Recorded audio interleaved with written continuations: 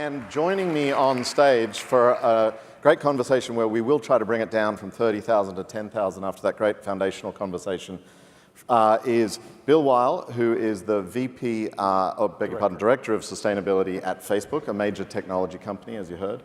Carla Peterman, one of our commissioners here in California from the Public Utility Commission, and Stu Nachmias, who is the VP of Energy Policy and Regulatory Affairs at ConEdison. And we do have good news for you. That's the story I want to start and finish with here, that despite what you may fear out there in terms of Paris pullout and other bad news you've heard, the energy transition is proceeding afoot. Electricity is like it's never been for over 100 years, and mobility is being changed as we speak. And you'll see outside in the startup showcase and with the microgrid and all the wonderful startups that are here, the evidence of that in the real world. I invest now with the California Clean Energy Fund. We've found 28 great startups this year out of hundreds we've looked at to invest funds from our CalSeed Fund, which is through the California Energy Commission, into the next crop of 100 companies in California that are going to change the way power is made and distributed. And we hope as we do that, we'll change not just the power system and supply, but the power relations that go with it. We think that as this technology boom rises and we shift to clean energy, we can lift all boats with that. We believe that this technology phenomenon that California is driving can actually be more equitable and inclusive as well, and we'll probably get to that in the course of this conversation. But for now, I actually want to start with Stu Nachmias, because Stu, you work for Con Ed, and you know, let's face it, the papa of all electricity, Edison himself, worked for your company in a sense. The Pearl Street Power Station, I believe, is still one of the assets, and for those of you out there that don't know the history of electricity so well, Pearl Street was the first of Edison's demonstration sites in a sense of electricity. And now you're the consolidated Edison with thousands of assets under management. How are you seeing the progress towards clean energy in New York and with Con Ed? Great, thanks, and thanks. It's a great privilege to come out from New York and to be here with everybody. You know, on the heels of what we're all seeing in the news with this terrible hurricane season, and the folks from, you know, dealing with Harvey and Irma, Jose, which is going to probably affect my flight home, and Maria, you know, it wasn't that long ago that we had Superstorm Sandy in New York, and that was our, you know, great impact. And on the heels of that, we said, what can we do to help encourage greater resiliency and clean energy? And what can we do for distributed energy resources? And so we looked closely, and we looked also at what we needed in our system. And if anyone's been to New York lately, you don't go to Manhattan so much anymore. It's really cool and hip to go to Brooklyn. And we've seen tremendous growth in Brooklyn. And so we had proposed a program where instead of building traditional assets, we would encourage investment and provide incentives to customers to sort of encourage distributed energy resources. And our regulators said that as a utility, we'd be able to capitalize and earn on those incentive programs. And so as an example, one example of many, of a program that happened there is there was a low-income housing development called Marcus Garvey Housing, about 800 apartments in basically 3-story buildings.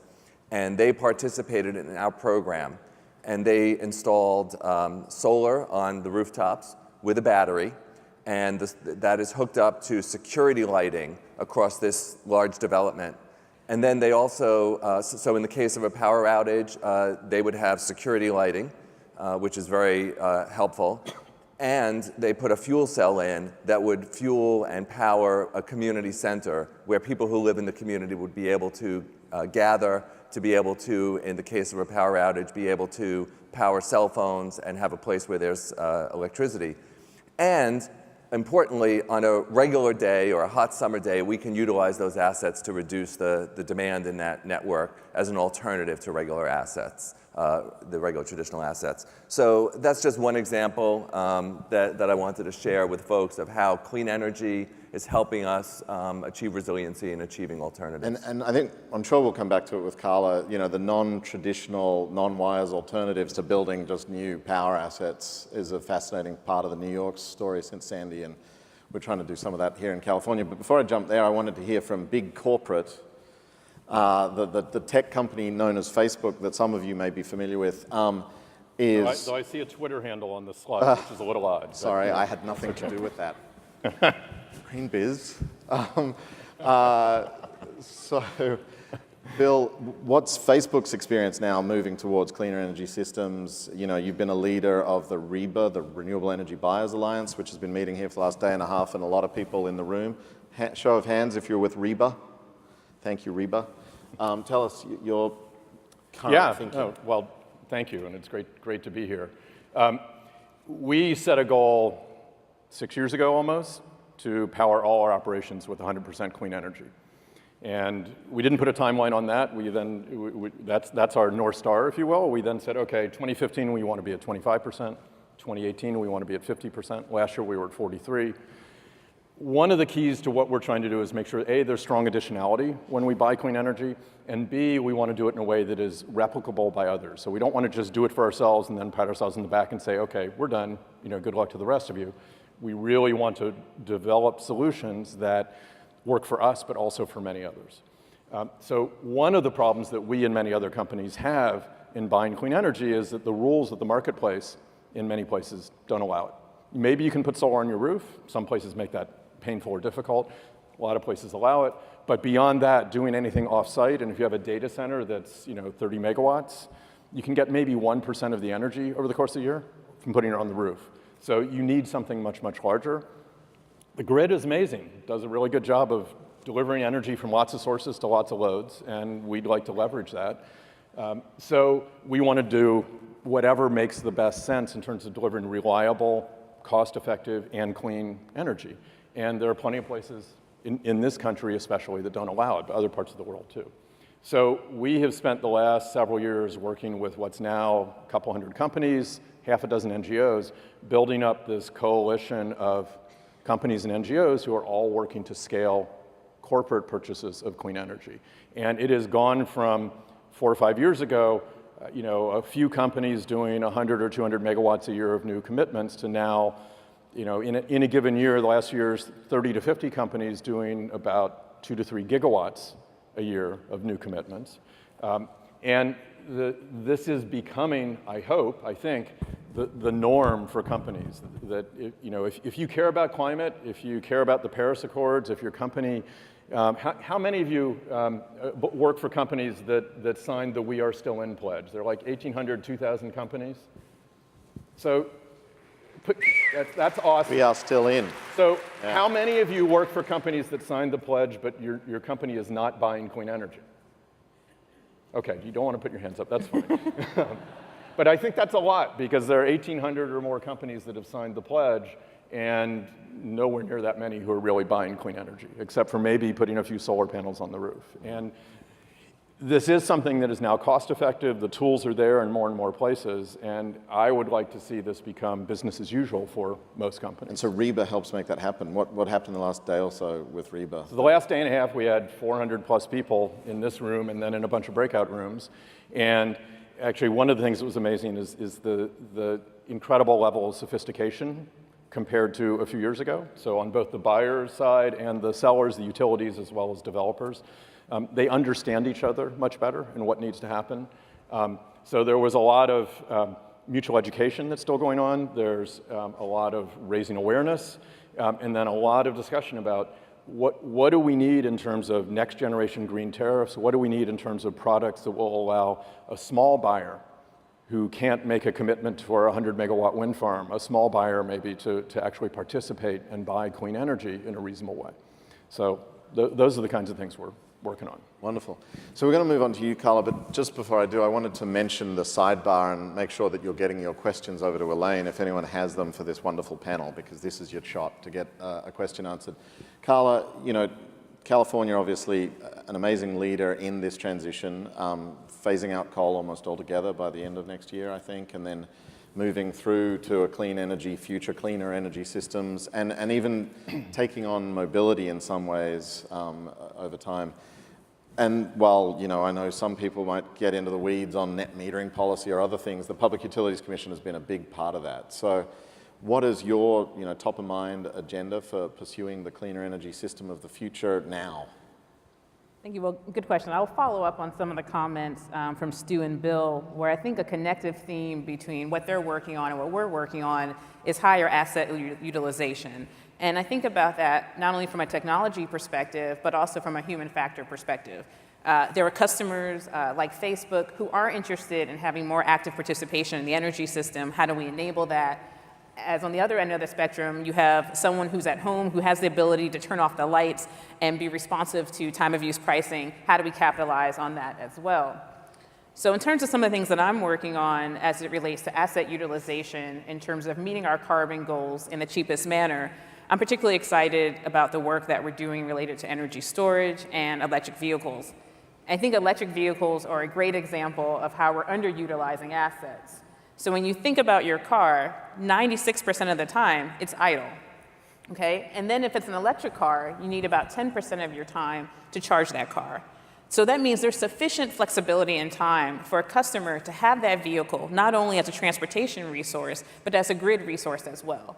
But we do need to develop the right rules to allow that engagement. And I think that's our role as a state agency, as a government. We hear these great opportunities and ideas, such as the non-wires alternative that pursuing in New York, and what Bill's talking about in terms of customer procurement of renewable energy, but our rules weren't designed to accommodate those types of resources. So we're systematically deploying pilots and really trying regulatory pilots to see how do we accommodate these new modes of energy engagement. Do you have any good examples of that? I mean, I've got a great little startup in our portfolio called Move, M-O-E-V, out of UCLA, that's all about tying together a bunch of cars and using the EVs as a demand response sort of asset in the system around the LADWP territory. Can you think of stories like that, or maybe another level of detail I'd like you to dive into, because you just mentioned it in passing, time of use pricing. Can you tell the crowd how that is going to enable even cleaner energy in the future and when it happens? Sure. Well, generally, when we think about what's the biggest way to incite a consumer reaction, having responsive pricing can be key.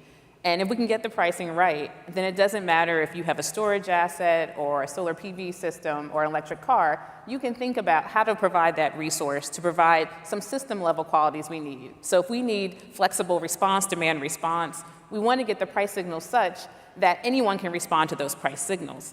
But I'm going to give an example about asset utilization that is even more traditional, and I'm sorry we hadn't pursued this earlier. And that's thinking about how to better utilize just your standard utility scale solar PV system. So historically, we've always had concerns around the introduction of PV and what that means in terms of voltage support and just having reliable 24/7 power. Well, the ISO currently has a pilot underway, and that's our system operator with First Solar, where they have a 300 megawatt solar PV plant. And they're actually testing whether that plant, and with smart inverters, can be used to provide voltage support. And indeed it can in the night when the sun is not running. So here's assets that we already have on the grid that with the introduction of even smarter technology can be better utilized. So what was the problem is now becoming the solution. I'm going to have to stop you there and just ask you how it works at night. I come out of the solar industry, and the sunlight. The full moon. Is it, No, I'm is it, joking. is it a reactive power? I'm not exactly sure how it works at night, but I'm sure I can have our friendly grid operator follow up. Yeah. For me, it's nice to know that it does. I saw that study, and it gave a lot of appetite to the utility scale business because they were able to suddenly claim that they were better at the reactive power demands than a bunch of gas peakers or something, which is pretty exciting. Danny, just to add to that, you know, there's a lot of discussion, and I was at REBA, there's discussion about batteries also. And we're doing now a demonstration project on batteries, because what we've learned is customers, you know, the mandatory hourly pricing is really interesting, but customers think it's overly complicated, and the sales process is really difficult. So how do you simplify it? We have a demonstration where a commercial customer is just getting a lease payment and giving a space to put a battery. The utility will use that battery to manage the demand and the fluctuations and increase asset utilization, and you know, over the you know, all days and particularly on hot peak days. And that battery will be available because it's just on the utility side of the meter. It will be available to that customer in the event that there's an emergency or a situation where that support is needed. So we think it's a great example where we were able to, together with a third-party developer, simplify the sales process with a commercial customer. And all they're getting on a day-to-day basis is a monthly lease payment for the space. And it has really been, so far, it seems like it's a helpful model to really simplify that kind of sale. Elaine, I'm going to throw it over to you just to see if there are any questions from the floor to these fine folk with 10 minutes left. There are questions. Yeah. So we are actually doing a poll as well. So with our Verge Virtual online, we've been pushing out polls. One of the questions would be asked is, what do you see as the primary driver for clean energy across communities and companies? And it's 63% said economics, obviously. The other choices were energy independence and climate resilience. No-brainer, it's all about the bottom line in terms of the push for renewables and other kinds of clean energy solutions. So we've heard about New York and California with the dense markets with capacity challenges and high electricity prices. What are the lessons for different markets, such as rural American or the South? We do have some folks from those areas that I think would love to get your advice if you have any areas for replication. And Bill, I might ask you to have a go at that, because you've got data centers all over the country. They're all over the place. We're building one in New Mexico, we're building one in Nebraska, we've got one in Iowa, we've got one in North Carolina, Oregon. So, we've just announced we're building one in Ohio. So it's not just California and New York, right? It's the whole country. And the electricity markets are very different. Each state is different. Most of those states actually are heavily regulated. But we have been very successful engaging the utilities and working with them to develop green tariffs that allow us to buy clean energy in a way that is cost-effective, that adds new clean energy to the grid, that isn't subsidized by other ratepayers, so it holds other ratepayers harmless. So it's something that the regulators are happy with, the utilities making money on it, we're getting what we need. And I think I see that as a model that in the short term in regulated markets should be able to meet a lot of needs, certainly for new load. It's much harder for existing load, because then you got to figure out how do you deal with the sort of stranded assets, if you will. And I hesitate to ask you this because I promised I wouldn't mention his name, but does Donald Trump know you're building a data center with 100% clean energy in Ohio? I can't speak to what Donald Trump knows, but the governor, John Kasich, does, and has said, I'm not going to get this quote exactly right, but basically, customers want clean energy, and if we want them to come here, we need to start building clean energy, and we need to make it possible for them to buy it. And he's been very, very clear about that. Right. One of the good news stories I want to make sure everyone knows is the job creation happening because of this energy transition that's afoot in America. You've all heard the stats around solar employs more people than the coal industry in America. There's about 270,000 humans in America in the solar value chain. There's 150,000 or so in the coal value chain from soup to nuts. There's only about 60,000 coal miners left in America. There's more installers in California these days. So we're a job creation machine as well as driving low-cost energy, hence the economics. The one I love recently is the wind industry is starting to cotton on to this, and they've shown that they're making more products in all states than the oil and gas sector, in terms of turbines and the various supports. And I also heard that the utility scale solar industry with their steel construction mounts and all the rest of it employs more people in West Virginia than coal does currently, which I haven't verified that fact, but it blows me away, and it's one of those wonderful things. We're creating jobs as we go with this energy transition. Can I pick up on this theme? I think the question was getting to, are there clean energy initiatives and momentum in other states?